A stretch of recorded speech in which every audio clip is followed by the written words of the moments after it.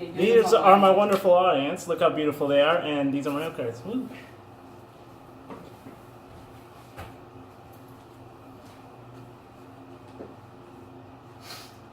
Good afternoon. My name is Francesco Sanfilippo. I am a finance major at Columbia College, and today I will be giving a speech on net neutrality and why it's important to not only you, but America as a future and a whole. So net neutrality is essential today, and without it, we'll have negative effects on small businesses. Everyday personal life will be changed as we know it, and big businesses will get a dramatic advantage in the financial space. So as a content creator myself, I'm personally invested in net neutrality and maintaining net neutrality, because without net neutrality, my hobby would be destroyed. I would no longer be able to upload videos, live stream, and use the internet as I've grown accustomed to throughout my entire life. So the first reason why net neutrality is essential is the cost to small business that getting rid of net neutrality would incur upon them. So net neutrality allows equal reach between a small business and a big business. Small business and a big business both pay the same amount for the websites. They pay per data limit or unlimited data for a certain amount of computers, a certain amount of workstations, or a certain amount of bandwidth they get from the telecom company. And that price is generally the same for a small business and a big business. This allows them to be equal, and they have baseline prices. Small businesses would have to pay for speeds to rival that of the big businesses if net neutrality was gone. So if I'm a big business, I can pay for 3 times faster speed than yours, and now people shopping are going to come to my site because my site runs way better. And you as a small business owner, can you compete with Amazon's wallet? Because I can't. I definitely can't. Next, let's talk about the power of monopolies.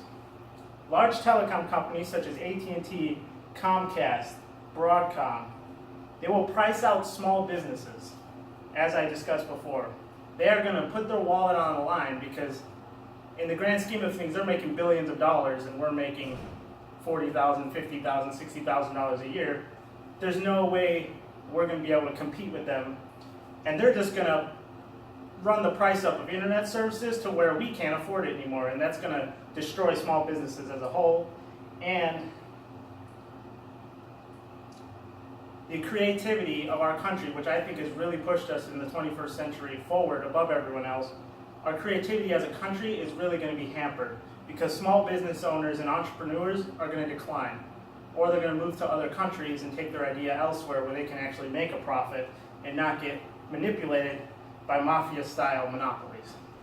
They're going to strong-arm small business owners, and one example of this is in Portugal. Portugal has no regulation on internet, and their internet packages, they have to pay for specific sites in their internet package. So you want YouTube, Google, Facebook, and Spotify. That's the only sites you're allowed in your data package. And if you want those other sites under different categories, say in Netflix or Hulu, you're going to have to pay extra for those sites. So the costs of not having regulation are going to be put on the consumer. But we'll get more into consumer later. We have another example. Do you remember a few years ago when unlimited data plans for cell phones were disappearing off the market? We're getting data plans with 10 gigabytes, 15 gigabytes maybe, 20 gigabytes. Most of us know that's not even enough to update your apps every month, let alone browse the internet, work from home, use your phone as a hotspot, listen to music, talk to your friends, video, all the things we love to do on the internet today. So Sprint came out with the unlimited data plan, and this really changed the market, and a lot of the market share in cell phones turned over to Sprint. all of a sudden, all the other telecom companies, because of competition, began coming out with unlimited data packages. T-Mobile. Now Verizon has an unlimited data package again. AT&T has an unlimited data. All because of competition. Now with all these mergers going on in the telecom businesses, and net neutrality ceasing to exist, or potentially ceasing to exist based on the legislation that's being passed by Congress right now, we will have a loss of access and the monopolies will dominate the economy. We will have unaffordable data packages, and companies like AT&T, Comcast, and other telecom and infrastructure companies will really take advantage of consumers. So let's talk about what net neutrality protects as a whole. So it was passed during the Obama administration, and it protects us from your content being discriminated or blocked based on what content the site has, as long as it's not illegal. We have speed throttling based on how much data you use, and protection against fast lanes, where companies with more money cannot pay to achieve faster speeds than competitors. These three things are essential in allowing a fair marketplace and protecting the consumer. So some things that could happen if the FCC does